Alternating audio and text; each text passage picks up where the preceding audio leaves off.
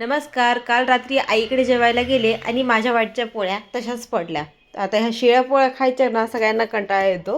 त्यामुळं मग मी कांदा मिरची घालून ह्या पोळ्या ज्या आहेत ते परतून घेते. तर पोळ्या ज्या आहेत ते मिक्सरला मी छान असं बारीक करून घेतल्या आणि आता पोळ्यांचा भुगा परतवण्यासाठी इथे मी भरपूर अशी कोथिंबीर, भरपूर असं कांदा आणि एक 7 ते 8 मिरच्या ज्या आहेत ते चिरून घेतल्या. असं बारीक सगळं मी हे चिरून घेते आहे. तर काल होती अंगारिका चतुर्थी आणि त्यानिमित्त आईने पुरणाचा स्वयंपाक केला होता. आता आई पुरणाचा स्वयंपाक करेल आणि मला बोलवणार नाही जेवायला असं होणार नाही, कारण आईला माहिती आहे की मला पुरणाची पोळी खूप आवडते. त्यामुळं मग माझा स्वयंपाक झाला होता, पण आई म्हणे जाऊ दे, राहू दे तसंच आणि जेवायला ये. तर आता ह्या शिळ्या पोळ्या तर मी काय फेकून देणार नाही, कशा तरी त्या कारणी लावणारच, कारण माझी आई नेहमी म्हणत असती माणसांनी खाऊन माजावं पण फेकून माजू नये. त्यामुळं मग ह्या पोळ्या ज्या आहेत ते मी कढईमध्ये थोडंसं तेल घातलं, पहिले शेंगदाणे तळून घेतले, त्यानंतर त्याच तेलामध्ये जिरे मोहरी कढीपत्ता छान तळून घेतला, चिरलेली मिरची घातली, ती पण छान तळून घेते आता मी इथे.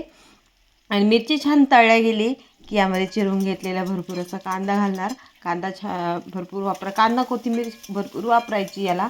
त्याने जे पोळ्या ज्या आहेत त्या खूप छान लागते याची चव. आणि शेळी पोळी जरी खायचा कंटाळा आला असेल ना, तर ह्या पोळ्या खायचा कोणालाच कंटाळा येणार नाही. अशा परतवलेल्या पोळ्यांना सगळेजण भांडून खाणार. आता हे इथं माझा कांदा जो तो छान लालसर रंग येईपर्यंत परतला गेला होता. थोडीशी हळद घातली, तेलामध्ये मिक्स करून घेतली आणि आता बारीक करून घेतलेल्या पोळ्या आणि शेंगदाणे दोन्ही सोबतच घालून याला चांगलं मिक्स करून घेते आणि एक 4 ते 5 मिनटं ह्या पोळ्या छान अशा परतून घ्यायच्या.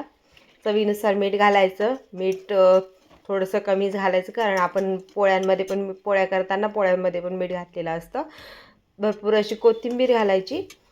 पोळ्यामध्ये मीठ घातलेलं असतं त्यामुळे वरतून थोडं कमी मीठ घातलं की मग बरोबर होऊन जातं, नाहीतर हे भुगा जो येतो आपला खारट होईल.